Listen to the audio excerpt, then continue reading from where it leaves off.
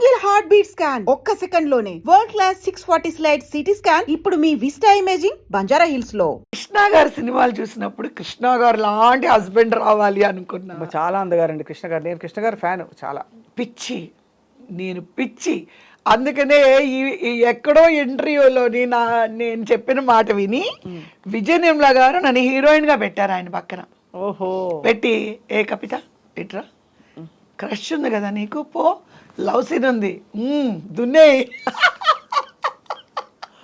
అదంటే అందరు హీరోస్తో బ్రహ్మాండంగా యాక్ట్ చేసేదాన్ని.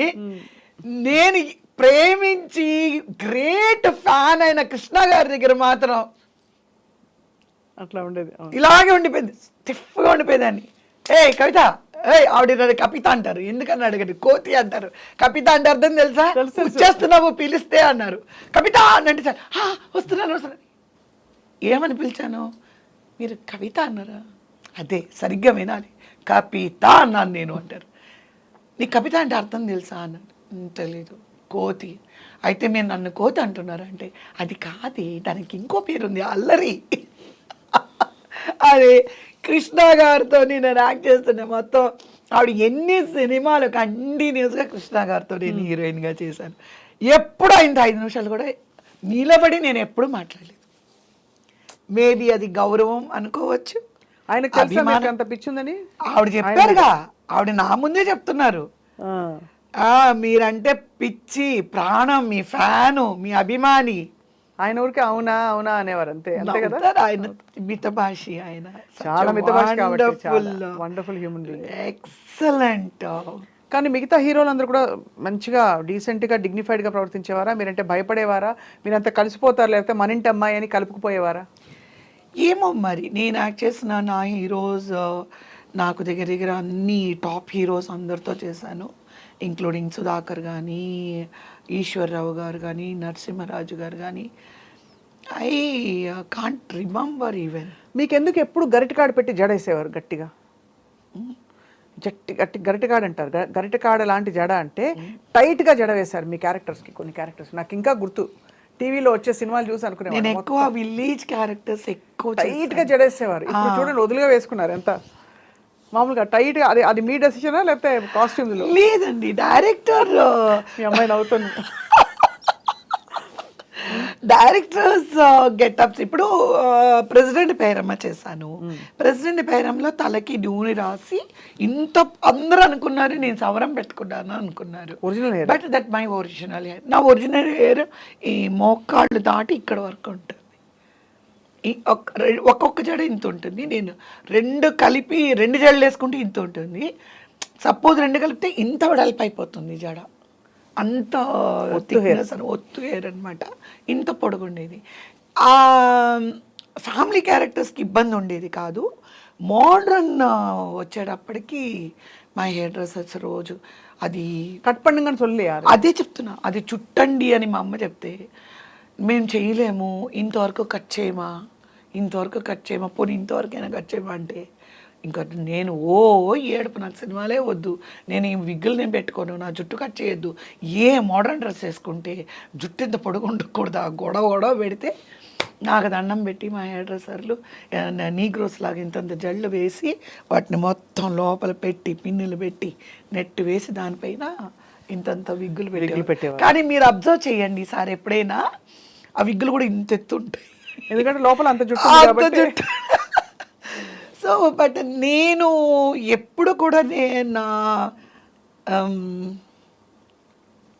ఒకే ఒక డిసప్పాయింట్మెంట్ ఏముండేది అని అంటే, కొంతమంది రాఘవేంద్రరావు గారి డైరెక్షన్లో నేను హీరోయిన్గా చేయలేదు. దాసరి నారాయణరావు గారి సినిమా ఒక్క ప్రేమాభిషేకం. అందరూ ఏమంటారంటే అప్పుడు రాఘవేంద్ర, నువ్వు చూస్తేనే చిన్న పాపలాగా అనిపిస్తావు, మా కంటికేమో మా ఆనట్లేదు అనేవారు. ఇట్స్ ఓకే, ఎందుకంటే వాళ్ళ పాయింట్ ఆఫ్ వ్యూలో they should feel comfortable. Correct. So but still I achieved so much. You are completely, మీ స్పేస్ మీకుంది. అంటే మీ స్పేస్లోకి ఎవరు రాని ఒక స్పేస్ మీరు క్రియేట్ చేసుకున్నారు మీకోసం. ఆంధ్ర గవర్నమెంటు చెన్నారెడ్డి గారు ఆయన సీఎంగా ఉన్నప్పుడు నాకు కళాసుందరి బిరుదు ఇచ్చారు. ఆ ఇయర్ ఎవరికి ఇవ్వాలి అని అనుకుంటే నా మూవీస్ ఆ ఇయర్లో ఎక్కువ రిలీజ్ అయ్యాయి. కళని పోషించే సుందరి అనే ఒక బేసిస్లో కళా సుందరి అని చెప్పి నాకు బిరుదివ్వడం జరిగింది. అలాగే నీలం సంజీవరెడ్డి గారి చేతుల మీదుగా చెన్నై ఆ, రాణి సీతమ్మయ్య హాల్లో ఆయన దగ్గర నుంచి కూడా నేను ఆటకార అలమేలు ఆయన చేతుల మీద బెస్ట్ సపోర్టింగ్ ఆర్టిస్ట్ అవార్డు తీసుకున్నాను. అప్పుడు నాకు నీలం సంజీవ్ రెడ్డి గారు రాష్ట్రపతి అలా అంటే నాకు తెలీదు. I'm so innocent. So this లంగా ఓణి వేసుకున్నాను ఆ రోజు. లంగా ఓణి అంటే నాకు 14 years ఉంటాయి.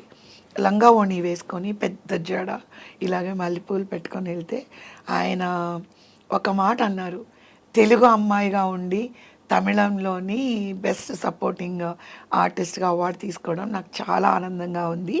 ఐ బ్లెస్ కవిత అని చెప్పారు. అమేజింగ్. అప్పుడు సుమలత గారు వాళ్ళ మదరు నా పక్కనే ఉండి మేము వచ్చి అవార్డు తీసుకొని వచ్చి కూర్చున్న తర్వాత సుమలత గారు నన్ను అడిగారు, వాళ్ళ అమ్మగారు తను అడిగారు, మీకు ఆయన ముందే తెలుసు అంటే, ఆయన ఎవరో నాకు తెలియదండి. ఆయన ఇంతమంది అవార్డీస్లో ఆయన నా పేరు మాట్లాడారు అని చెప్పి. బట్ ఆ టైంలో నాకు అది తెలీదు. ఈరోజు రాష్ట్రపతి నా గురించి మాట్లాడితే then I will be hitting the sky. Obviously నేను యాక్చువల్లీ పొలిటికల్గా మిమ్మల్ని చాలా క్వశ్చన్స్ వేయాలనుకుంటున్నాను, మీరేం అనుకోకపోతే. బట్ అఫ్ కోర్స్ అది వచ్చే ముందు ఒక 3 questions ఉన్నాయి నాకు ఇంపార్టెంట్. మీరు అంత తొందరగా దూసుకెళ్ళిపోతూ హాయిగా ఒక పక్షిలా ఎగురుతూ మీ మీ పాత్రలు మీరు చేసుకుంటూ హీరోయిన్గా అందరి పక్కన నటిస్తున్నప్పుడు మీ స్టార్స్ మీతో ఎలా ఉండేవారు? అంటే ఫీమేల్ స్టార్స్ జెలస్ అయ్యేవారు కొంచెం? ఉండేదేమన్నా? బికాజ్ ఒక చూస్తే ఒక ఆర్టింగ్ ఓరియంటెడ్ ఎందుకు ఉండదు? ఇప్పుడు ఏమైపోతుంది అని అంటే, I was upcoming artist, so I'm a young girl. There are so many artists, heroines. ఆ టైంలో they are in a already వాళ్ళు చాలా సంవత్సరాలు చేసి లైక్ పల్చబడుతున్న టైం ఉంటుంది కదండి. That is the time I might have entered in some movies. ఉన్నప్పుడు I had my own costume designer, మా ఓన్ కాస్ట్యూమర్ సాయి గారు అని చెప్పి ఆయనే కాస్ట్యూమ్ డిజైనింగ్. సో ఇలా మలయాళంలో కూడా నేను ఇప్పుడు మంజుల గారు లేరు కాబట్టి మనం ఆవిడ గురించి అంతా మాట్లాడకూడదు. వాళ్ళు మేము ఒక రివాల్వర్ రాణి అని చెప్పి ఒక మూవీ చేసినప్పుడు I'm the only junior artist. Junior అంటే young girl, they are all very senior most. అవును, వాళ్ళు ముగ్గురు ప్లస్ నేను అనమాట. సో వాళ్ళు ఒక అవుట్ఫిట్ ఎలా ఇచ్చారు అని అంటే వాళ్ళు డిజైన్ చేశారు. ఏంటి ఇంతవరకు లైక్ కనిపించకూడదు, ఊరికే లోపల ఒక చిన్న షార్ట్ ప్యాంట్ లాగా, పైన ఓన్లీ జుబ్బా వేసుకొని ఏమంటారు బాంగ్డా డాన్సా, బాంగ్డా డాన్స్ హై హై అంటారు కదా, అది మేము నలుగురం డిస్గైజ్లో వెళ్ళి ఒక డెన్లో డాన్స్ చేయాలన్నమాట.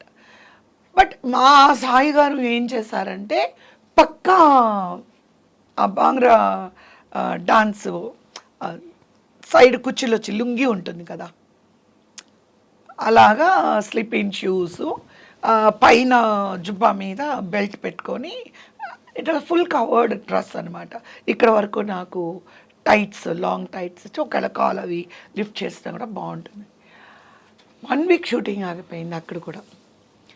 మేము ముగ్గురం ఎలా వేసుకున్నాము. So I don't bring names.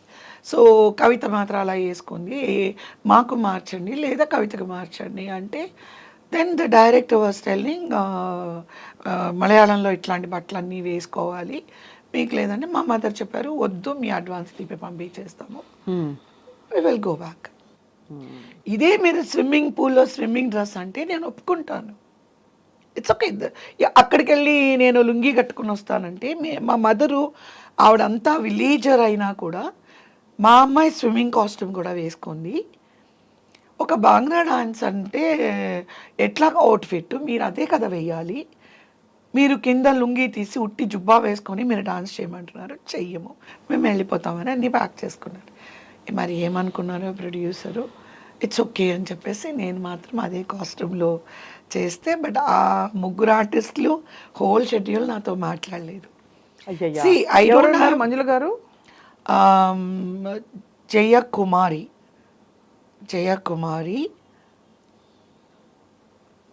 ఆవిడ కూడా డాన్సర్ కదా? జయకుమారి, శుభ గారు. శుభ గారు తెలుసు. యా. సో మాట్లాడలేదు. సో అలాంటివన్నీ సరే బోల్డ్ అయి ఉంటాయి. ఇది ఒకటే అది అన్ని సినిమాలు తర్వాత చేసినప్పుడు నేను తిరుపతిలో ఒకరోజు షూటింగ్ చేస్తుంటే కూడా నేను మోడర్న్ డ్రెస్ వేసుకున్నాను అని ఒక హీరోయిన్ ఆ క్యారెక్టర్కి నేను సారీ కట్టుకోను, నేను కూడా అలాంటి లేదమ్మా నీ క్యారెక్టర్కి ఇదే కట్టుకోవాలి, తన క్యారెక్టర్ కదంటే కూడా అప్పుడు కూడా చాలా controversial.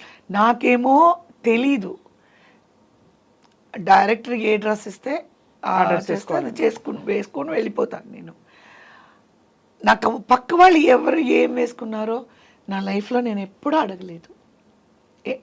Say my guru is my director. What my guru designs the costumes అంటే unless until it is not obvious, అంటే అప్ సీన్గా ఉంటే ఆబ్వియస్లీ నేనేం మాట్లాడను. నేను ఎప్పుడు డైరెక్టర్స్తో మాట్లాడలేదు, నేను ఇది వేసుకోను అది వేసుకోను ఇదేంటి అదే, everything spoken by my mother. Right. అమ్మ చెప్తారు మీరు ఇలా ఉండకూడదు. ఈ సినిమా ప్రొడ్యూసర్ వచ్చినప్పుడే నేను ఇది ఇది ఇది ఇలా ఉండకూడదు, ఇదన్నిటికీ ఓకే అంటే మేము చేస్తాం, లేదంటే మేము చెయ్యం. రేప్ సీన్స్ ఉన్నా సజెస్టివ్ షార్ట్స్ ఉండాలి, నాట్ ఇన్ ఎ వల్గర్ వే. అలా కనుక్కుంటే మేము చెయ్యం. ఇలాంటివి నేను లైఫ్లో నేను ఎప్పుడూ డైరెక్టర్స్తో నేను మాట్లాడలేదు. హీరోయిన్గా ఉన్నప్పుడు నాకు అసలు ఏమీ తెలీదు. అమ్ముంటారు కవి ఈ డ్రెస్సు, ఇవాళ ఈ కూరగాయలు అమ్ముకునేది, ఇవాళ నువ్వు రాణి గెటప్, లేదా ఇవాళ స్టూడెంటు, ఇవాళ రాణి రుద్రమ్మదేవి గెటప్, ఏం అమ్మని కూర్చుంటాను, వాళ్ళు రెడీ చేస్తారు, వెళ్తాను చేస్తాను అంతే.